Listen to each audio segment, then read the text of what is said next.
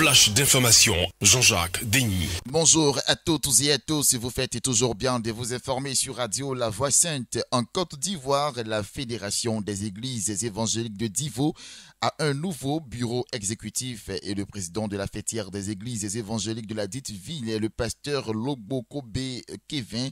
Ils ont été investis le samedi 12 mars dernier à l'église CMA du quartier Vatican de la ville par des autorités religieuses de cette fêtière avec pour objectif principal le renforcement de l'union et de la solidarité entre toutes ces églises et l'ensemble de leurs églises, de leurs fidèles dans le département.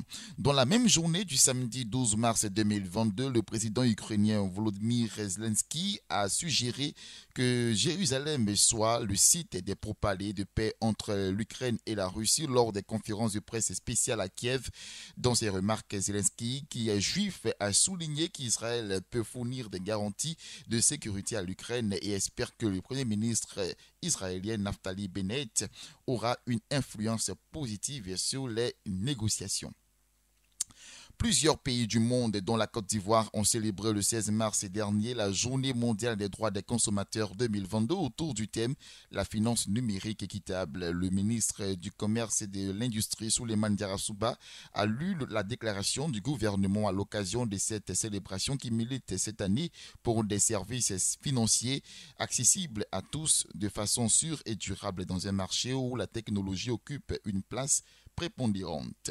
Face à l'urgence créée par les récents effondrements d'immeubles, des membres de l'Union des villes et communes de Côte d'Ivoire, avec à leur tête leur président, le ministre Dao Paulin Claude, ont pris part à une réunion hier au cabinet du ministre de la Construction, du Logement et de l'Urbanisme, Bruno Nabagné-Koné. À cet effet, il a été décidé de l'élaboration d'un manuel de procédure qui devra définir la composition, les responsabilités et le mode de fonctionnement de la plateforme. Cette initiative répond, selon le ministre, aux instructions du Premier ministre Patrick Achi qui a souhaité la mise en place de cet instrument commun de contrôle.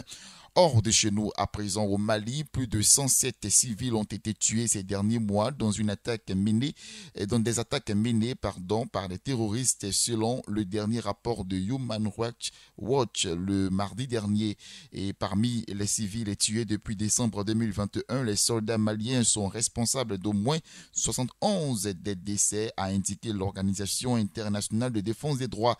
L'armée malienne a contesté une partie du rapport tout en ajoutant qu'elle enquêtait sur un certain nombre d'attaques et d'allégations. L'offensive russe en Ukraine, commencée le 24 février dernier, a déjà fait plus de 3 millions de déplacés et son impact sur la sécurité alimentaire inquiète car la Russie et l'Ukraine pèsent pour un tiers des exportations mondiales de céréales et c'est une part importante destinée au continent africain, au Liban.